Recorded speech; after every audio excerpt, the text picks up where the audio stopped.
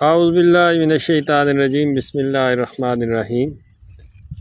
हकीमी आसन तुहाडी खिदमत चो हाज़र है। यह पौधा जिहड़ा वेख रहे हो इनू पंजाबी ज़बान चो अरनोला आखदे ने, कस्ट्राइल प्लांट इंग्लिश चो आखदे ने, बेद अंजीर अरंड तिबी ज़बान चो अरंड दा पौधा बहुत कसीर उल फवायद खसूसियात दा हामिल हुंदा है।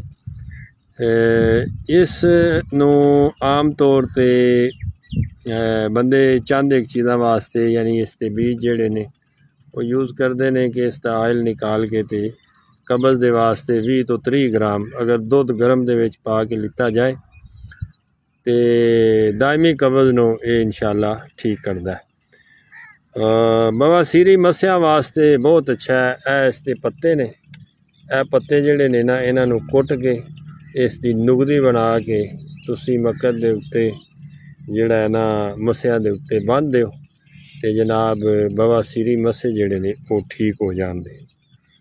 इस तो अलावा किसी खातून नू पस्तान दे विच वरम होवे, गिल्टी होवे, इसके बीज जिहड़े बीज लगदे ने पै इसके बीज जिहड़े ने वो जनाब कढ़ के ते इन्हां नू सिरके दे विच पीस के ते ओ जनाब तुसी वरम दे उत्ते पेस्ट करो दे, चंद दिन पेस्ट करो दे ते ओ पस्तान दी जिहड़ी गिल्टी है वरम है वो इंशाअल्लाह ठीक हो जाएगा। बर्थ कंट्रोल दे वास्ते बहुत सारियां जिहड़ियां ने दवाइयां इस्तेमाल करते हैं बंदे। इसकी गरी जिहड़ी है ना माहवारी तो बाद अगर खातून नू जोजा नू खवाई जाए इसकी गरी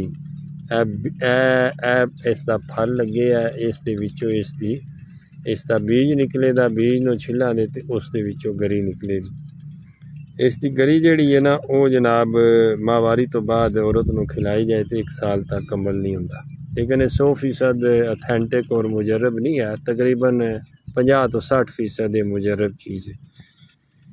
मगर बाकी ये वे कि औरतों दे विच छाती का ढिलापन का मसला हुंदा है ते छाती के ढिलेपन के मसले लई अंगूरी सेब का जिहड़ा सिरका है वो इस दे पत्तियां दे विच खल करके तुसी छाती के उत्ते लेप करवाओ दे ते वो औरतों दी छातियां जिहड़ियां ने वो ढिलियां ना रहंदियां, टाइट हो जाती। बाकी कब्ज़ वास्ते 20 तो 30 ग्राम इसका इस्तेमाल दुध दे विच ठीक है। बवासीरी मस्या वास्ते 2 तोला अरंड दा आयल तांबे दे बर्तन चो गर्म करके 2 रत्ती काफूर पाना, उन्होंने मिला के